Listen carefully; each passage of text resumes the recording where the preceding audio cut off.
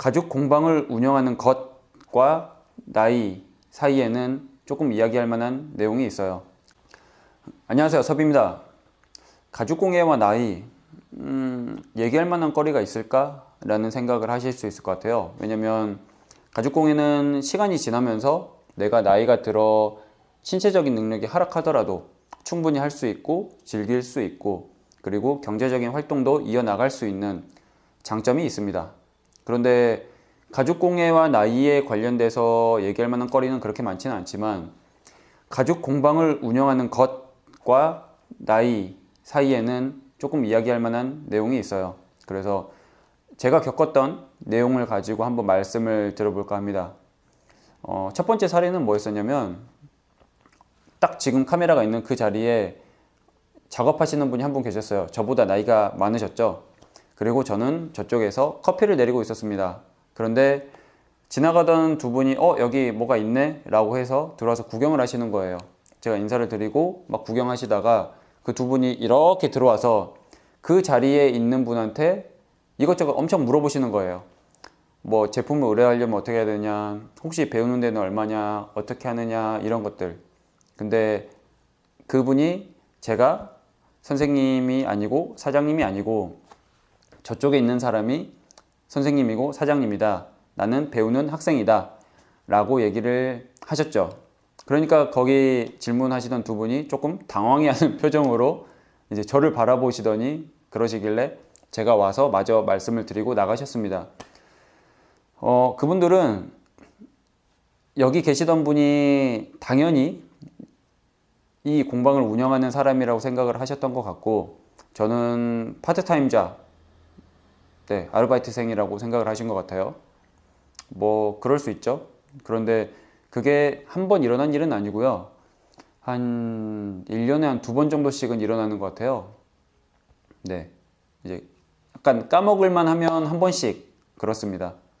어찌됐든 이게 첫 번째 사례였고요. 그리고 두 번째는 뭐냐면 이제 지나가다가 많이들 이제 들어와서 구경하시고 그러실 때 제가 이런저런 이야기들을 드리고 안내도 드립니다. 그런데 이런 질문들을 받아요.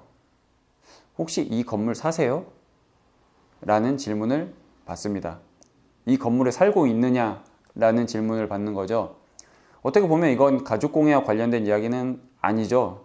그런데 그 질문의 의도는 뭐냐면 혹시 이 건물이 어머니 아버지랑 같이 살면서 제가 월세를 내지 않고 있느냐라는 것을 물어보는 걸 수도 있고 혹은 이 건물을 어머니 아버지가 증여해서 사줘서 이 1층에 편안하게 이런 것을 운영을 하고 있지 않느냐라는 것을 물어보시는 거예요.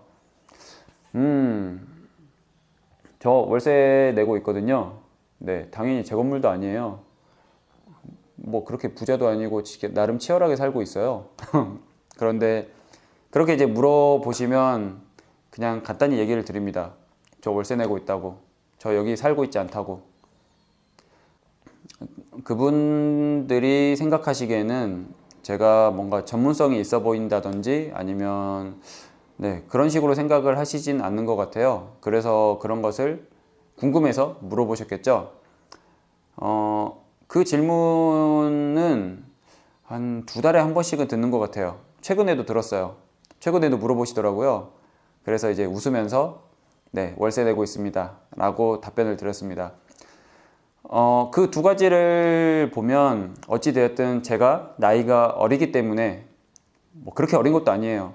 그런데 생각보다 이런 전문적인 기술을 가지고 뭔가를 하기에는 어려 보인다라는 것을 그렇게 질문으로 물어보신 거겠죠. 그 얘기를 들으면 초창기 때는 조금 화가 나는 것도 있었어요. 제가 뭐 치열하게 나름 살고 있는데 그게 약간 평가절하 당하는 느낌도 있었고요. 제가 고민한 흔적들, 그런 것들에 대해서 인정을 받지 못하는구나 라는 그런 약간 자존감이 떨어지는 그런 느낌을 받기도 했었습니다. 그런데 나중에 시간이 지나고 나니까 뭐 그럴 수도 있겠구나 라는 생각을 했어요. 왜냐면 뭐 예를 들어서 지금 영상의 시대잖아요. 그런데 어떤 초등학생이 자기가 이제 영상을 만들었다고 와서 저한테 보여주는 거예요. 근데 그 영상이 퀄리티가 어마어마한 거죠, 생각보다. 그러면 제가 그걸 보자마자 그 친구한테 이렇게 물어볼 것 같아요. 이거 너가 했어? 라고 물어보는 것 같아요. 근데 이게 어떻게 보면 그 친구가 한 노력이나 능력을 제가 저 밑으로 보고 있는 거잖아요. 그냥 단순히 나이가 초등학생이라는 이유로 정말 그 친구가 했을 수도 있는데 그것과 같은 거죠. 저의 상황이. 예, 이거 제가 손바느질로 해서 만들었습니다. 제가 디자인해서 만든 겁니다. 제가 하나부터 열까지 직접 만든 겁니다. 라고 했을 때 그분들이 봤을 때는 뭔가 이제 가지고 계신 이미지랑 생각이랑 저의 실제 외관이나 이런 나이가 맞지 않는 거예요. 그것과 같은 개념이라고 생각하니까 그분들이 그렇게 물어볼 수도 있겠구나 라는 생각이 들었습니다. 그래서 제가 말씀드리고 싶은 건 가죽공방을 운영을 한다는 것과 나이 사이에는 연관관계가 전혀 없는 게 아니에요. 그것으로 어떠한 것들이 충분히 일어날 수 있고 고민할 만한 포인트들이 충분히 생길 수가 있습니다. 아까 말씀드렸듯이 저의 전문성이 조금 평가절하 당하는 그런 느낌을 충분히 받으실 수도 있어요. 그런데 단순히 그런 약간 단점 같은 포인트들만 있는 게 아니라 장점인 포인트들도 있습니다. 이런 얘기도 정말 많이 들었어요. 젊은 분이 하니까, 젊은 사람이 하니까 약간 젊은 감각을 가지고 뭔가 제품을 만들어내는구나 라고 얘기를 해주시는 경우도 정말 많았어요. 그런 이야기도 종종 듣습니다. 그런데 실은 제가 젊은 감각이 있다고 생각하진 않거든요. 어떻게 보면 평가절상이라고 해야 되나? 제가 가지고 있는 것보다 더 부풀려서 얘기를 해주시고 그렇게 생각을 해주시는 거죠. 좋은 쪽으로. 그런 부분도 있었고요. 그리고 약간 이야기가 빨리빨리 통하는 것도 좀 있었고, 그리고 트렌드 조금씩 변화하거나 이런 것들, 그리고 색상을 선택한다든지 이런 것들이 있어서 제가 가지고 있는 것보다 더 좋게 봐주시는 경우도 많았어요. 단순히 나이가 조금 젊어 보인다는 이유로. 그렇기 때문에 나이에 대해서 이런 포인트들이 있을 수 있구나 라고 생각을 해두시면 조금 재밌게 생각을 해보실 수가 있을 것 같고요.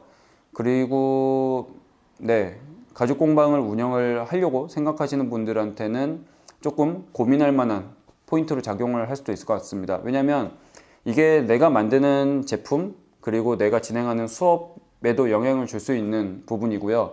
그리고 뭐 마케팅이나 보여지는 이미지에도 영향을 주거든요.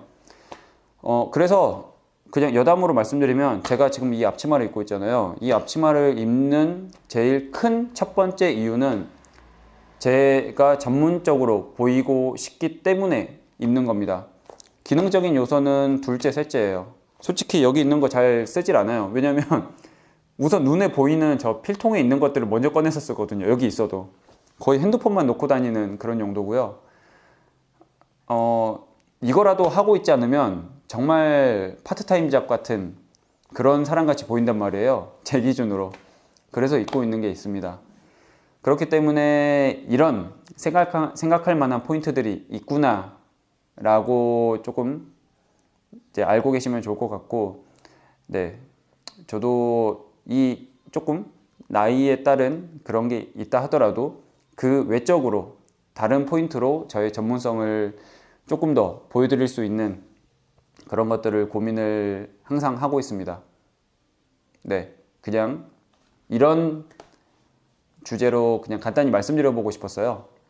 다음에는 다른 영상으로 찾아오겠습니다. 감사합니다.